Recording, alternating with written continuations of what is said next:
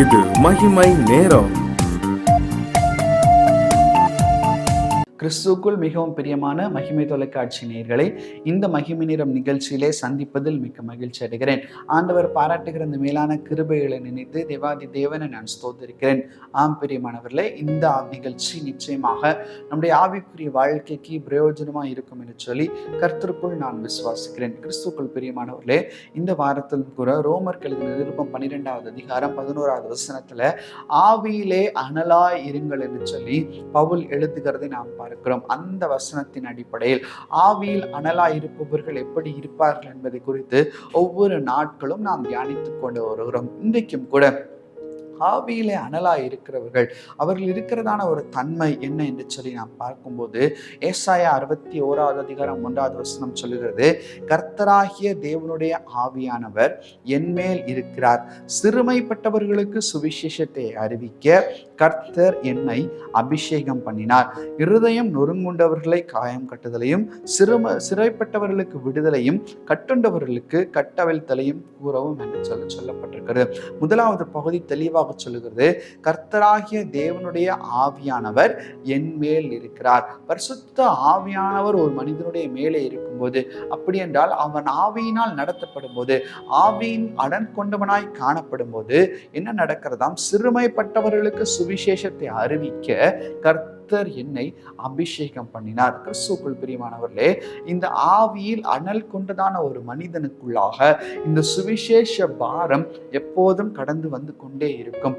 கர்த்தர் நம்முடைய இயேசு கிறிஸ்துவும் கூட நம்முடைய சீஷர்களை அனுப்பும் போது அவர் என்ன சொல்லுகிறார்? நீங்கள் புறப்பட்டு போய் உலகமெங்கும் போய் சகல ஜாதிகளுக்கும் சீஷராக்குங்கள், பிதா குமாரன் பரிசுத்த ஆவியினால் அவர்களுக்கு ஞானஸ்நானம் கொடுங்கள் என்று சொல்கிறார். அப்போ ஆண்டவராய் இயேசு கிறிஸ்துவையும் அவருடைய அன்பையும் அறிவிப்பது இந்த உலகத்தில் இருக்கிறதான ஒவ்வொருவருடைய கடமையாய் கூட காணப்படுகிறது. அப்போ அந்த ஆவியிலே அனல் கொண்டதான மனிதன் அந்த கடமையை நன்றாக புரிந்து கொள்கிறான். எப்படி நமக்கு அன்றாட கடமைகள் காணப்படுகிறதோ, நம்முடைய வேலை நமக்கு ஒரு கடமையா இருக்கிறது, நாம் செய்கிறதான காரியங்கள் காலை எழுந்தவுடன் இரவு படுக்கிற வரைக்கும் அநேக கடமைகள் நமக்கு இருக்கிறதோ, அதே போல அந்த கடமைகள் எல்லாவற்றையும் நிறைவேற்றி முடிக்கிறோம் அல்லவா? அதே போல இந்த சுவிசேஷத்தை அறிவிக்கிறதும் ஒரு கடமையாக கூட காணப்படுகிறது. அப்ப இந்த கடமையை யார் புரிந்து கொள்கிறார்? இந்த ஒரு கடமை, இதை நான் நிறைவேற்ற வேண்டும், இது ஆண்டவருக்கு நான் இதற்கு கணக்கு ஒப்புவிக்க வேண்டும் என்பதை யார் புரிந்து கொள்கிறார்? ஆவியிலே அனல் கொண்டதான ஒரு மனிதன் புரிந்து கொள்கிறான். ஏன் என்று சொன்னால், அவன் மற்ற மனிதர்களை பார்க்கும்போது அவர்களுடைய மாம்சத்தை பார்க்கவில்லை, அவருடைய தோற்றத்தை பார்க்கவில்லை, அவர்களுடைய நிலைமையை பார்க்கவில்லை, அவர்களுக்குள்ளாக இருக்கிறதான அந்த ஆத்துமா, அவர்களுக்குள்ளாக இருக்கிறதான அந்த ஆவியை பார்க்கிறான். அந்த ஆத்துமா நரகத்திற்குள்ளாக தீர்க்கப்படுகிறது, அந்த ஆத்துமா ஆண்டவரை நோக்கி பார்க்காமல் இருக்கிறது, அந்த ஆத்துமா பாவத்திற்கு அடிமையா இருக்கிறது. இந்த ஆத்துமாவை எப்படியாவது மீட்டெடுக்க வேண்டும், அதற்கான பாரத்தை கர்த்தர் எனக்கு தந்திருக்கிறாரே என்பதை ஆவியிலே அனல் கொண்டதான ஒரு மனிதனால் புரிந்து கொள்ள முடியும். பிரியமானவர்களே, இன்னைக்கு இந்த அனுபவத்தை நாம் பெற்றிருக்கிறோமா? யோசித்து பார்க்க வேண்டும்.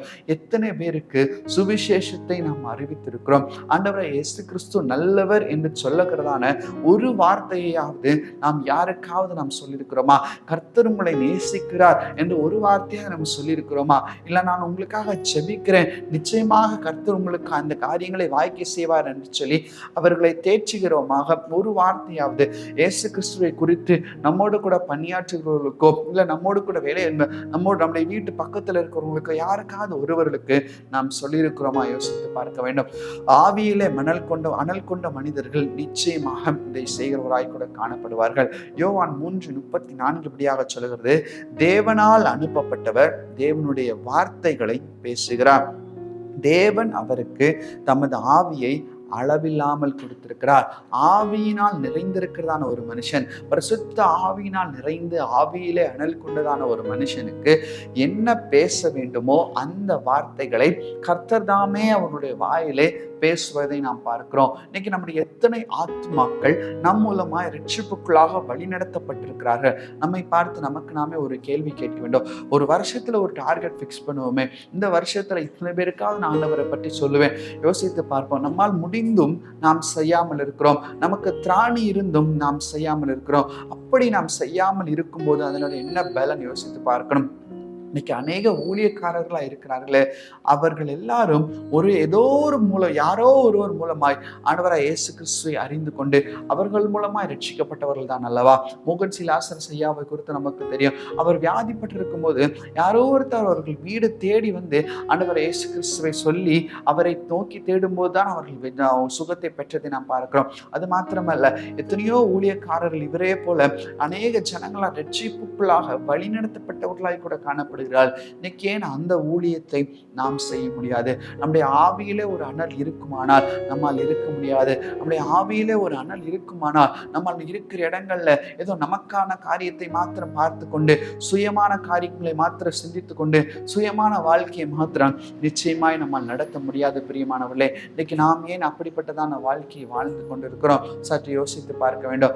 ஆவியிலே அனல் உள்ளவர்கள், சுவிசேஷத்தை குறித்துதான ஒரு பாரம் அவருக்கு இருக்கும். ஆண்டவருடைய வார்த்தையை பேச வேண்டும் என்று சொல்லி சொல்லப்படுகிறதான ஒரு பாரம் அவர்களுக்குள்ளாக காணப்படும். என்னுடைய வாழ்க்கையில கூட இந்த அனுபவத்தை நான் பெற்றிருக்கிறேன். ஒரு முறை ஒரு ஆலயத்திற்கு சென்றிருக்கும் போது ஒரு சகோதரனை பார்த்து பேச வேண்டும் என்று சொல்லி ஆவியானவர் எனக்குள்ளாக ஏவினார். ஆனால் ஒருவரை புதிதாக பார்த்து பேச நான் தயங்கினதனால் அன்றைக்கு நான் வந்து விட்டேன். ஆனால் அந்த பாரத்தை ஆவியானவர் எனக்குள்ளாக அதிகமாய் கொடுத்ததுனால மறுவாரம் எப்படியாவது அவரை பார்த்து சந்திக்க வேண்டும் என்று சொல்லி அந்த ஆலயத்திற்கு போயிருக்கிறப்ப அதே சகோதரன் அதே இடத்துல தனியாக உட்கார்ந்திருந்தார். அவரை பார்த்து சந்தித்து பேசின போது அவர் அப்போதுதான் ஆண்டவரை பற்றி அறிந்திருக்கிறார். இயேசு கிறிஸ்து ஒரு உண்டு என்பதை அவர் தெரிந்திருக்கிறார். ஆனால் அவருக்கு சரியான ஒரு வழிகாட்டுதல் இல்லாமல் போல காணப்பட்டது.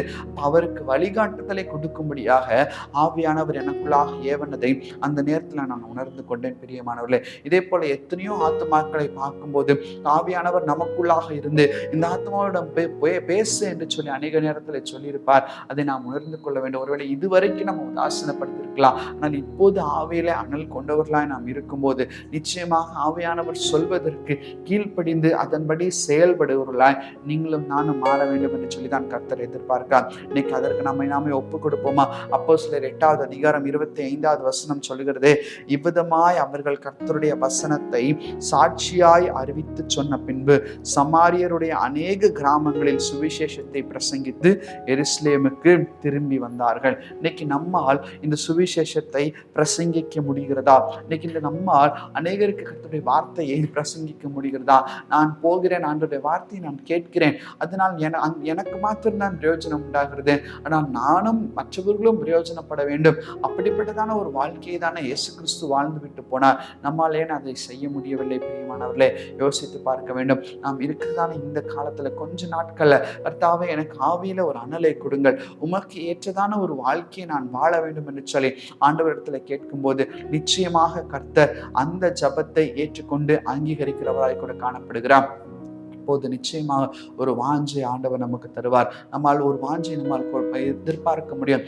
நான் வாழ்ந்து கொண்டிருக்கிறதான பட்டணங்கள்ல நம்மை சாட்சியாய் மாற்ற கர்த்தரால் முடியும். ஒரு முறை நான் பார்த்தபோது ஒரு சகோதரி ஒரு ஆட்டோவிலிருந்து அவர்கள் இறங்குகிறார்கள். இறங்கும் போது ஆட்டோவுக்கு காசு கொடுப்பாங்க. காசோடு சேர்த்து ஆண்டவருக்கு சுவிசேஷம் அடங்கிய ஒரு கைப்பிரதியும் அந்த ஆட்டோக்காரருக்கு அவர் கொடுக்கறதை நான் பார்த்தேன். இதே போல அநேகரை நான் பார்த்தேன். பிரியமானவர்களே, இன்னைக்கு நம்முடைய வாழ்க்கையில இது ஒரு சின்ன ஊழியம் தான். இந்த ஊழியத்தை நம்மால் செய்ய முடியாதா? ஏன் இப்போ செய்ய முடியவில்லை? நம்முடைய ஆவியிலே ஒரு அனல் இல்லை. உண்மையாக ஆவியிலே ஒரு அனல் கொண்டவர்களாய் காணப்படுவோமானால் இப்படிப்பட்டதான சின்ன சின்ன ஊழியங்களை கூட நம்மால் திறம்பட தகுதியாய் செய்து முடிக்க முடியும். பிரியமானவர்களே, இதுதான் கர்த்தரும் எதிர்பார்க்கிறார். எனவே ஆவியிலே அனல் கொண்டவர்களாய் கூட நாம் காணப்படுவோம். கர்த்தருடைய சுவிசேஷத்தை தைரியமாய் நாம் பிரசங்கிப்போம். அதற்கேற்ற கிருபைகளை கர்த்தர் நமக்கு தருவாராக. கண்களை மூடி நாம் ஜெபிப்போம். எங்களை நேசிக்கிறதான இரக்கம் இருந்த பரலோக பிதாவே, உம்மை நோக்கி பார்க்க கர்த்தர் நீர் செய்த கிருபைகளுக்காக உமக்கு நன்றி சுவாமி. ஆவியிலே அனல் கொண்டவர்களாய் இருக்கிறவர்கள் கர்த்தருடைய வார்த்தையை தைரியமாய் பிரசங்கிப்பார்கள், சுவிசேஷத்தை அறிவிப்பார்கள். சுவிசேஷத்தின் பாரம் அவர்களுக்கு உண்டாயிருக்கும் என்பதை நீர் இந்த நாளில் எங்களுக்கு உணர்த்தி நீர் நன்றி செலுத்துகிறோம் சுவாமி. அப்பா, இந்த வார்த்தைகளை கேட்கிறவர்களாய் மாத்திரம் இராமல் அதன்படி செய்கிறவர்களாயும் நீர் எங்களை மாற்றும்படியாக ஜெபிக்கிறோம். உடைய கிருபையுள்ள கரம் எங்களை தாங்கட்டும் சுவாமி. உடைய கிருபையுள்ள கரம் எங்களை வழிநடத்தட்டும். ஆவியில் அனல் கொண்டவர்களாய் கர்த்தருடைய வார்த்தையை தைரியமாய் பிரசங்கிக்கிறவர்களாய் நீர் எங்களை மாற்றும்படியாய் கூட நாங்கள் ஜெபிக்கிறோம். உடைய நாம மாத்திரம் உயரட்டும். மீட்பராமை மூலம் ஜெபிக்கிறோம் எங்கள் ஜெபங்கள் நல்ல பிதாவே. ஆமென், ஆமென்.